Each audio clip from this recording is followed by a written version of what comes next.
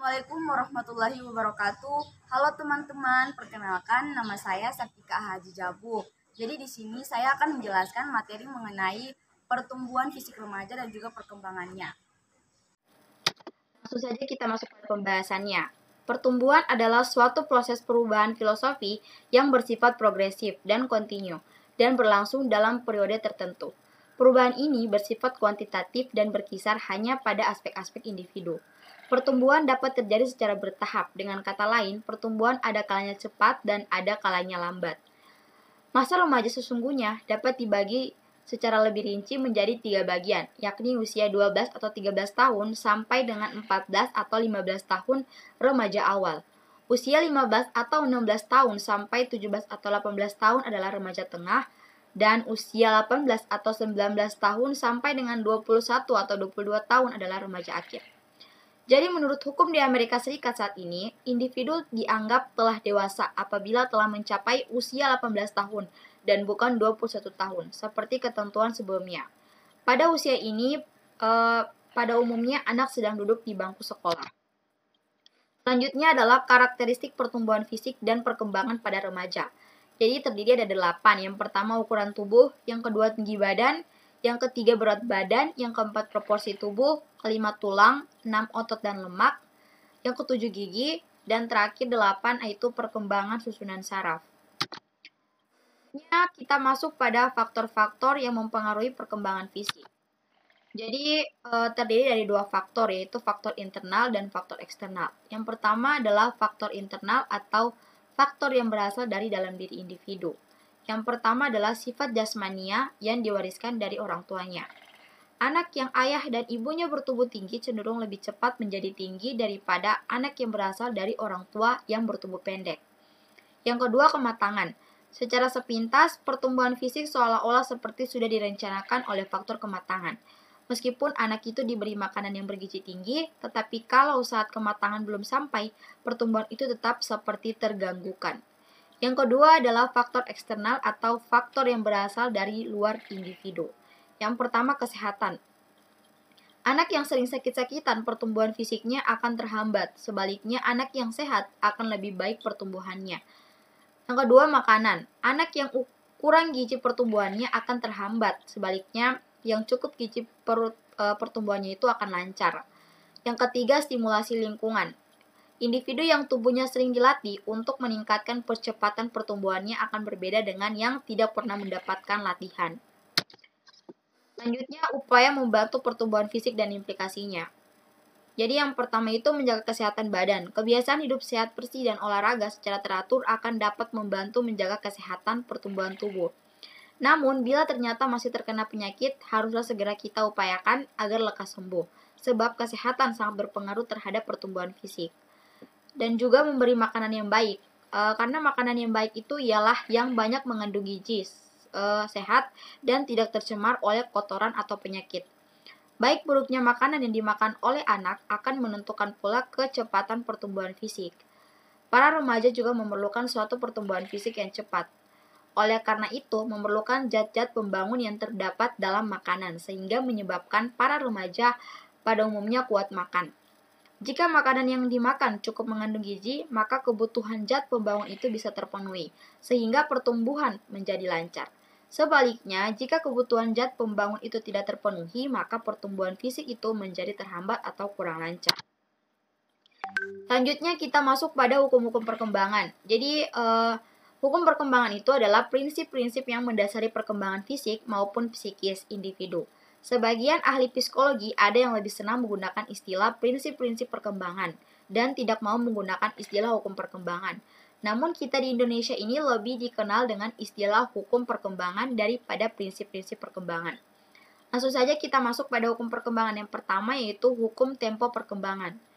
Sesuai dengan istilahnya, tempo berarti waktu atau masa. Jadi hukum tempo perkembangan mengandung makna bahwa berlangsungnya perkembangan individu yang satu tidak sama waktu cepat atau lambatnya dengan individu lain. Jadi ada anak yang dapat berkembang dalam waktu yang relatif cepat, misalnya belajar berbicara atau berjalan berlangsung lambat sekali dan memerlukan waktu yang cukup lama. Yang kedua adalah hukum irama perkembangan. Jadi hukum irama perkembangan mengatakan bahwa berlangsungnya perkembangan individu itu tidak dengan irama yang konstan. Artinya, kadang-kadang dengan irama cepat, kadang-kadang lambat, atau bahkan kadang-kadang seperti berhenti. Dan kemudian cepat sekali seperti dipacu. Sebagai contoh, dalam perkembangan bahasa, pada suatu saat anak menunjukkan kecepatan belajar yang ditandai dengan banyaknya kata-kata baru yang dikuasainya. Tetapi kemudian seperti tidak ada kegiatan belajar bahasa sama sekali sehingga ketinggalan dengan anak yang lain dan kemudian tampak lagi seperti dibacu untuk belajar dengan cepat sekali sehingga melampaui anak yang lain. Yang ketiga adalah hukum rekapitulasi. Jadi hukum ini itu berpendapat bahwa perkembangan psikis individu itu merupakan pengulangan urut-urutan tingkah laku dari perkembangan nenek moyang suatu bangsa. Hukum rekapitulasi ini pertama kali dikemukakan oleh Haeckel, psikolog dari Jerman, yang dalam laporan biologinya disebut hukum biogenetis. Dia mengatakan bahwa ontogenes merupakan rekapitulasi dari filogenes, yang berarti perkembangan suatu makhluk yang merupakan rekapitulasi dari perkembangan seluruh jenis. Yang keempat yaitu hukum masa peka. Jadi orang yang pertama kali mengemukakannya adanya masa peka ini dan kemudian mengembangkan hukum masa peka itu adalah Maria Montessori yang berasal dari Italia. Menurutnya itu dalam perkembangan anak terdapat suatu masa tertentu yang sangat tepat bagi suatu fungsi untuk dapat berkembang dengan sangat baik atau sangat sensitif sehingga dapat dengan mudah untuk merespon stimulus yang datang kepada dirinya. Jadi pada masa ini mempunyai kesiapan terbaik untuk melaksanakan tugas perkembangannya dalam fungsi tertentu. Yang hukum kelima yaitu hukum Trojaalter atau masa menentang. Jadi hukum Trojaalter ini berpandangan bahwa perkembangan individu tidak selalu berlangsung dengan tenang dan teratur, tetapi pada masa-masa tertentu terjadi suatu guncangan yang membawa perubahan secara radikal. Masa mengalami guncangan semacam itu biasanya terjadi pada 2 kali periode. Selanjutnya adalah hukum masa eksploratif. Jadi hukum masa eksploratif ini yang dipelopori oleh seorang ahli dari Belanda yang bernama Langeveld, berpandangan bahwa perkembangan individu itu merupakan suatu proses yang berlangsung sebagai suatu penjelajahan dan penemuan pada individu yang bersangkutan. Jadi individu yang lahir merupakan warga baru yang belum mengenal dunia sekelilingnya. Oleh karena itu, pada saat kehadirannya dia perlu mengenal dan mempelajari segala sesuatu yang ada di dunia sekelilingnya. Dia perlu melakukan penjelajahan agar kemudian menemukan bermacam-macam kehidupan dunia dan nilai-nilai kemanusiaan. Selanjutnya adalah hukum pertahanan diri. Jadi pertahanan diri yang dimaksudkan di sini adalah suatu respon dalam bentuk sikap atau perilaku individu yang dimunculkan ketika dirinya merasa mendapatkan stimulus yang tidak sesuai atau tidak menyenangkan. Pertahanan diri ini adalah pada setiap individu. Jadi contoh bentuk pertahanan diri yang sederhana adalah pada saat anak merasa lapar, haus, takut, sakit, dan sebagainya, kemudian anak menangis. Dengan menangis itu sebenarnya terkandung maksud agar orang lain segera datang untuk memenuhi kebutuhannya. Jadi di sini tangis anak merupakan wujud nyata dari perbuatan yang didorong oleh keinginan untuk mempertahankan diri dari rasa lapar, haus, takut, atau sakit. Selanjutnya hukum pengembangan diri. Jadi hukum ini berpandangan bahwa sesungguhnya setiap individu memiliki dorongan alamiah untuk mengembangkan potensi-potensi yang dimiliki dalam dirinya. Keberhasilan individu dalam mempertahankan diri memerlukan usaha-usaha aktif yang kreatif.